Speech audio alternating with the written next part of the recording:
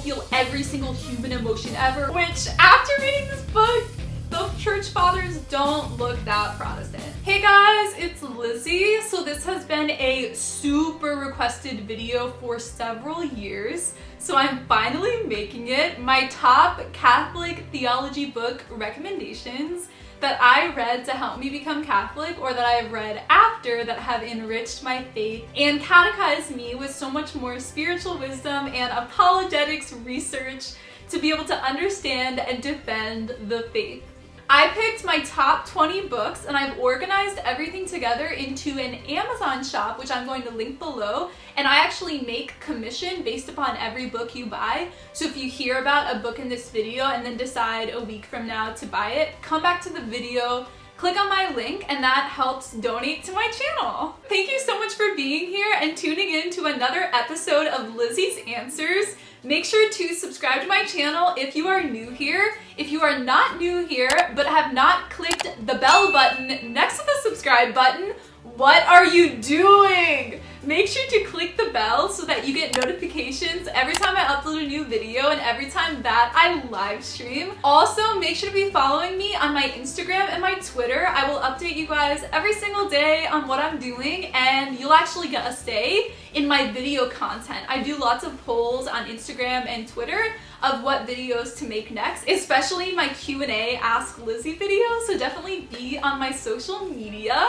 Also, if you want to make a donation to my channel to keep Lizzie's Answers going full time, I have linked below my Patreon and my PayPal. Even donating $2 really helps. Okay, so starting off this video is my personal favorite.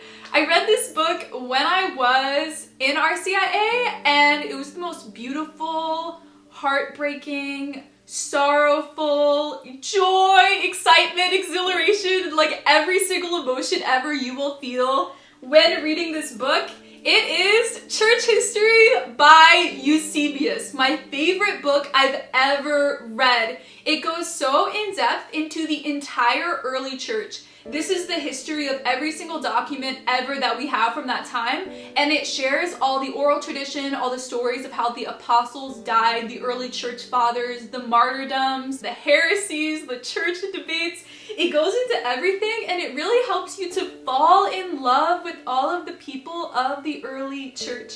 This isn't necessarily Catholic specific. Like, I've given this to my Protestant friends and it won't necessarily make you become Catholic, except the fact that there's lists of bishops throughout the entire book. So if you want to know just zoomed out every single detail of the first 4 centuries of the church, this is a must read. There's nothing else like it in the world, and this is actually really cheap on Amazon. So every single one of you watching, go buy it right now. Amazon Prime. Number 2, it's a book I read in college for a class. It was one of our textbooks.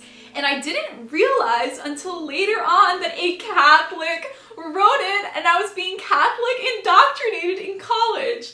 But this influenced me to become Catholic later on. It's called Christianity and Politics by C.C. Pecknold. He has a really cool Twitter account and ministry. I've actually met C.C. Pecknold in Nashville with my boyfriend. It was the coolest thing ever because I think I shouted him out in a video, so he kind of knew who I was.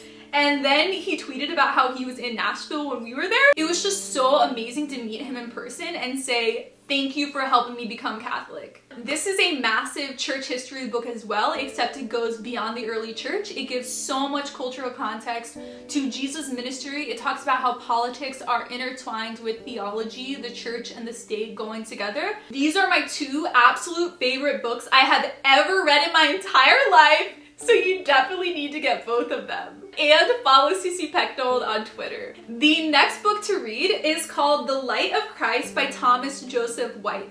This is just straight up theology. So it's not apologetics, it's not church history, but it's just talking in depth about the incarnation, the Trinity, salvation, atonement theology, teachings about sexuality, contraception. This just goes in depth into every single theology ever. And it's a pretty thick book, and you can literally go by chapter if you just want to focus on one issue.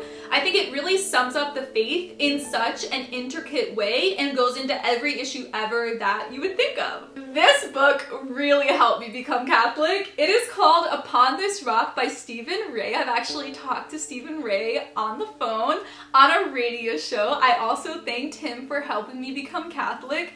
This book goes in depth into the papacy, the Pope, apostolic succession, the differences between authority in the Catholic Church versus the Orthodox Church. So if you're considering becoming Orthodox versus Catholic, this book is a great place to see the Catholic perspective of the Pope and authority. Half of the book is going in depth into Bible verses, and then the other half of the book is just every single quote ever mentioned ever in the early church about the Roman bishop. So it's just primary sources for you to read for yourself. And obviously he has commentary too, like half of the book is footnotes. He's such an epic scholar.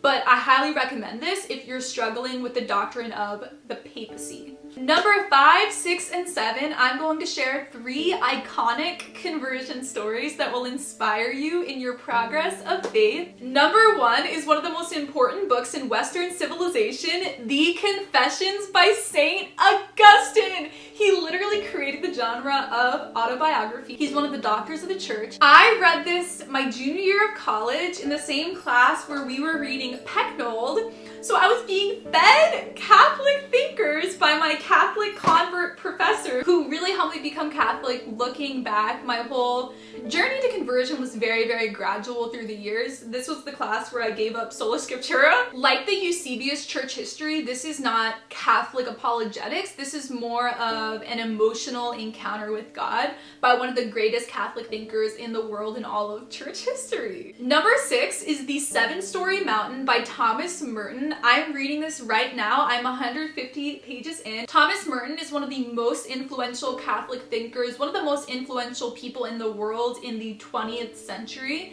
He's written so many amazing books, and so I think it's really important to just hear his life story, his conversion, how he became Catholic. This is such a beautiful book. I've cried reading it. It has so many just so sacred and moving passages of his soul growing close to God. It starts when he was a young child and goes up and up through his entire life. So this honestly reads like a novel or a fiction book. So if you're looking for something that isn't like apologetics, Catholic theology, church teaching, if you want something that's just a more chill literature type read, I recommend this. So the next book, number 7, is Rome Sweet Home by Scott Hahn, the most iconic 21st century conversion journey. Was it even the 21st century? Was it the 20th century? How old is he? Anyways, the most iconic recent conversion story is Scott Hahn and Kimberly Hahn. So they actually wrote the book together, and unfortunately I can't show you the book because I read my boyfriend's copy and we live 3,000 miles away from each other. I actually read Rome Sweet Home in, I think, 2 days. I read it so fast. It talks about how he was kind of leaning towards being Catholic and his wife wasn't for years, and so it caused so much tension in their marriage. They almost got divorced. It was the most tumultuous, awful situation, and it really, really helped me because my parents' reaction to my conversion was similar to Kimberly's reaction to Scott converting, and so it made me feel so understood emotionally. So if you're dealing with, number 1, losing your job if you become Catholic, which Scott Hahn was a pastor of a Protestant church, which I know so many of you, so many of my subscribers are Protestant pastors and you're wanting to converting but will lose your job. So he talks about that aspect, and then the relational aspect of people in your life hating it and not accepting it. So I really related to it because I'd been making Protestant videos for 7 or 8 years when I announced my conversion. So I thought I would have to get a different job and I would lose my YouTube channel. So it was so amazing reading his story and journey and struggling with it, but ultimately trusting God. And we had a similar experience where both of us ended up having a career in the Catholic world, very similar to our Protestant career, and almost a bigger career, if that makes sense, like more publicity and more, I don't like using the word successful, but being Catholic for me, being Catholic for him, it brought even more opportunities when really it felt like you were gonna lose everything and you were willing to lose everything, but ultimately God had a better plan. Number 8, we are back to straight theology, straight apologetics. This is Mary and the Fathers of the Church by Luigi Gambero. This is so amazing. It's kind of like Upon This Rock, where it just takes every single quotation ever in the ancient world, in the church fathers, and in the Bible about Mary. It collects in this book chronologically, so you can look for yourself and see every mention of Mary from the 1st century. I think it goes, let's see, up until the 8th century, but most of the book really focuses on the early church. And you can just see how really early on the church believed all the Marian theologies of Mary, the perpetual virginity, being the new Eve, the Assumption of Mary, the sinlessness of Mary, every single Mary theology ever. You can see in this book where it's arising in the early church, how they're all original. So I know my boyfriend especially, I have not read cover to cover this book, but I have used it in writing video scripts, but my boyfriend especially, this so helped him when he was converting into Catholicism, believe the Marian dogmas, because for any Protestant convert, it's the absolute hardest thing to understand. Number 9 is another book to help understand Mary. It is called The Life of the Virgin by Maximus the Confessor. I feel like this is becoming an advertising video where I'm trying to advertise everything and sell products, but I genuinely just love these books a lot. They really, really help me, so I should be advertising for them. This book, just like The Seven-Story Mountain, reads like a novel, a fiction book. It has that kind of immersive, exciting vibe. Not that theology, apologetics books are not like that. And obviously this is still theology, but it's more narrative. So it basically takes all the stories in the Bible about Mary and the early church tradition of the end of her life, and it writes it as if it was a novel. So I read this book with my boyfriend when both of us were brand new Catholics, and it really helped me to pray the rosary for the first time, number 1. But it helped me see how Mary was there for all of the most important parts of Jesus' life. And so it makes sense seeing Jesus through her eyes, and it makes sense that the rosary mysteries, we meditate on Jesus through her perspective, because she was there for everything. And so you learn so much in-depth, vivid detail about Jesus' life by seeing it through her perspective. So this is the most brilliant book ever. It was written in the 6th or 7th century, so one of our epic church historians, church theologians, wrote this. Number 10, I also unfortunately do not have with me. I actually loaned it to my friend Carmen from my parish. I actually was her sponsor when she became Catholic a year after I did, and the book has a long title. So it is called Our Lady of Guadalupe, Mother of the Civilization of Love by Carl Anderson and Eduardo Chavez. So this was written by the president of the Knights of Columbus. It was actually gifted to me when I visited the Knights of Columbus headquarters in New Haven and went to their museum. So it was kind of a gift they gave to me. And this explains in depth, beautiful detail, the entire story of the Our Lady of Guadalupe apparition, everything that happened, the miracles that happened, why the church initially, the bishop rejected it at first and needed even more evidence to believe it, and then this converted millions of people into Catholicism. Our Lady of Guadalupe, especially for any of my American, South American, Canadian, US viewers, it's such a core part of our Catholicism, and you see it everywhere. You see pictures of her, prayer cards, on rosaries. So if you want to know in depth the entire story of Mary's apparition in Mexico, I highly recommend reading this book. Number 11, I also am loaning to my friend, shout out to Justin. It is called The Cries of Jesus from the Cross by Archbishop Fulton Sheen. This is not at all a Catholic apologetics type book. This is just the theology of Jesus' crucifixion. It goes in depth into the last 7 words that Jesus said, and then the last 7 words said to him, and just the theology of all of it. It will make you cry, joy, beautiful, depth. Kind of like Church History by Eusebius, you will feel every single human emotion ever. Crying, joy, beautiful, depth, crazy spiritual revelation, problem of evil, connecting to all these parts of your life.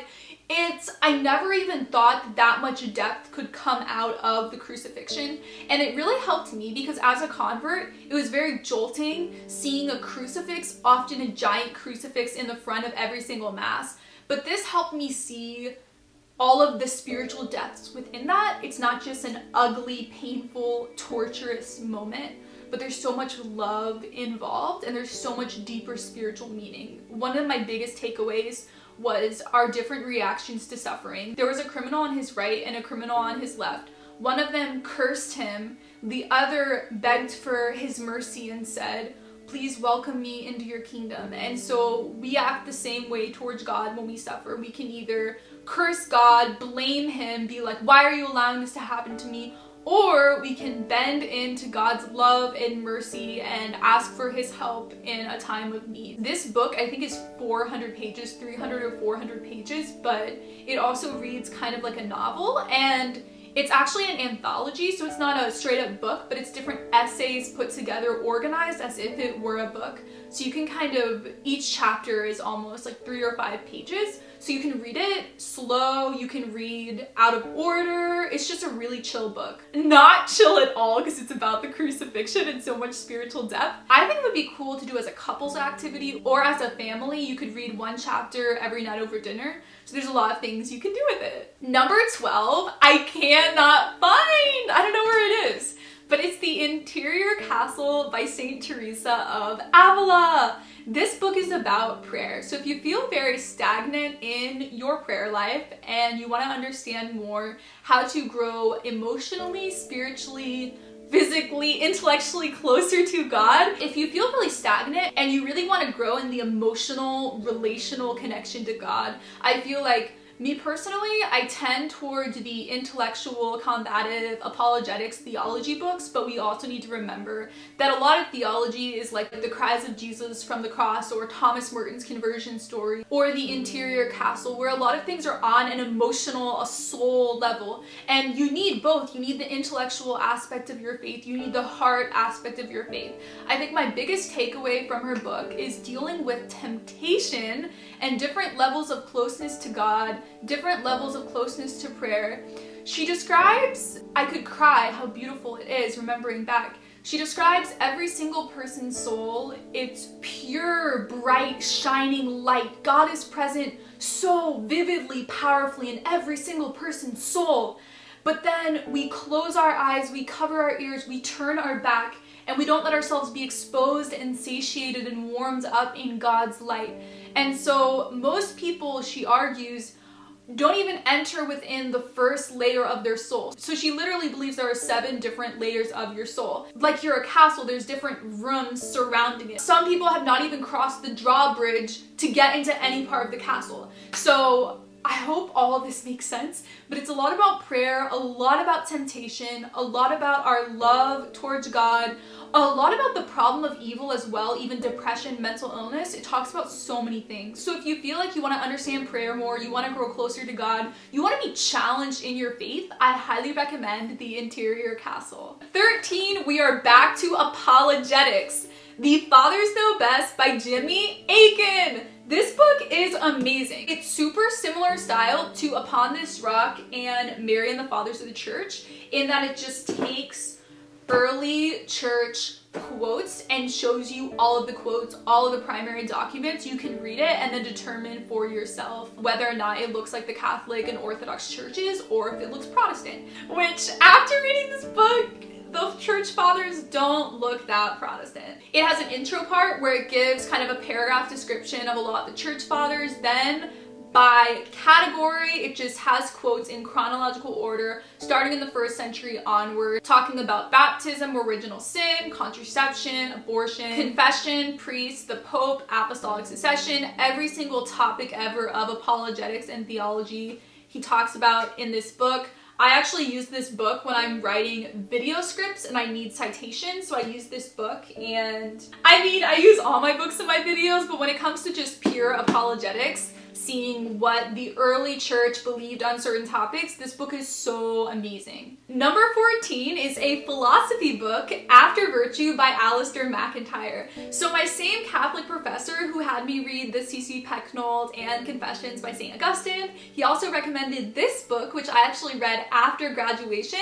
It talks about philosophy and culture and how the Enlightenment destroyed Catholic philosophy and destroyed our perception of ethics. So it's called After Virtue, because he believes that we're living in a post-ethics society. Not that people are very bad necessarily, although obviously we are, but that our understanding of philosophy and ethics, that was obscured because of the Enlightenment. I don't even know how to put into words how this book impacted me, but I cried and cried and cried so much reading it, because it kind of destroyed what my major in college was, because it showed that it's a flawed form of philosophy, and it wants to take us back to the Middle Ages and virtue ethics and Aquinas. Personally, this book really helps me because it gives a different perspective on analytical philosophy. So if any of you were a philosophy major in college or read a lot of philosophy in high school or graduate school, anything like that, every single priest ever has to study philosophy before theology. So I think this super relates to Catholicism, and I think even if you're not interested in philosophy,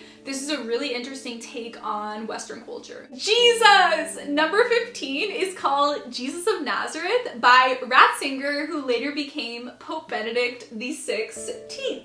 This goes in depth into the Beatitudes, the Sermon on the Mount. It just talks so in depth about Jesus' entire ministry and theology. So if you're wanting to understand the Gospels in a more depth way, this permanently changed the way I understand the Gospels, and I've mentioned things like this in so many talks that I've done and in YouTube videos, so I highly recommend reading this book to better understand Jesus and Scripture. Number 16, I rented from the library, so I do not have. It is called Relics Miracles by Sergius Bulgakov. So this is the first author who is not Catholic, but is from the Orthodox Church, but we agree with the Orthodox Church on so much theology, so pretty much everything from the book I think can be translated into Catholic theology, but talk to your priest about it. Don't take my word for that, but I assume most of it is. I made a video this year talking about relics, and I got so much of the information from that book.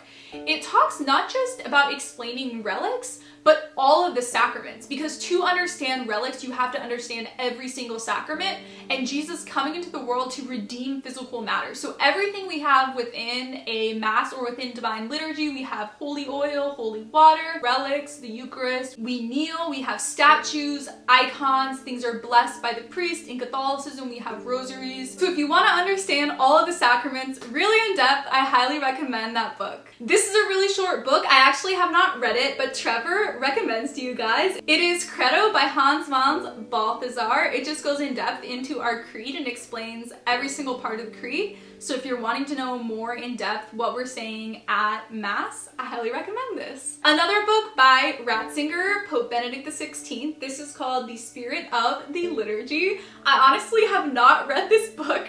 Trevor recommends it. It goes in depth into every single part of Mass and a lot of theology. It talks about the Eucharist, church art, music at Mass, just everything like that. So if you're wanting to be walked through the Mass but understand it in a very theological depth level, I recommend this. Number 19 is another book by Pope Benedict XVI, Ratzinger, his previous theology name. It is called In the Beginning. It talks in depth about the fall, story of creation, and original sin. This book is super short. You can read it in a single day. I know there's been a lot of controversy lately about Bishop Barron talking about whether or not Adam and Eve were literal humans, whether or not the story actually happened, if it's an allegory, all of that. So this is an amazing take on it. It's really easy. All of you can understand it. So if you're confused on that issue or on original sin, I highly recommend reading this book. Number 20 is a book by Patrick Coffin called Sex au Naturel. This is all about the church's teachings on birth control and sexual ethics, but especially all about birth control. It talks about Bible verses supporting this, the church's theology, even the cultural effects of a birth control culture. I know when I was becoming Catholic, birth control and the Mary theology were the absolute hardest things for me to accept. So I think it's so amazing that he wrote an entire book on this topic. So if you're struggling with that, or you want to, one of my friends in college, they had actually a book club with their Catholic church where they read this together. So I think it'd be so cool to start a book club and read it with your friends. We have a bonus, number 21, another book by St. Augustine and Kyridian on faith, hope, and love. To be honest, I've never read this book. Trevor recommends it to you guys. It's really amazing. Go talk to him on Twitter or Instagram if you want to know about what this book means, but I highly, highly recommend it because he highly, highly recommends it. It's more of a spirituality, theology type book. It's not apologetics. It's not autobiography. It's theology, spirituality. So as I said, every single one of these books is linked below in the video description in my Amazon shop. Thank you so much for finishing the video and hanging out with me. I love you guys so much, and I will see you in my next video. Bye!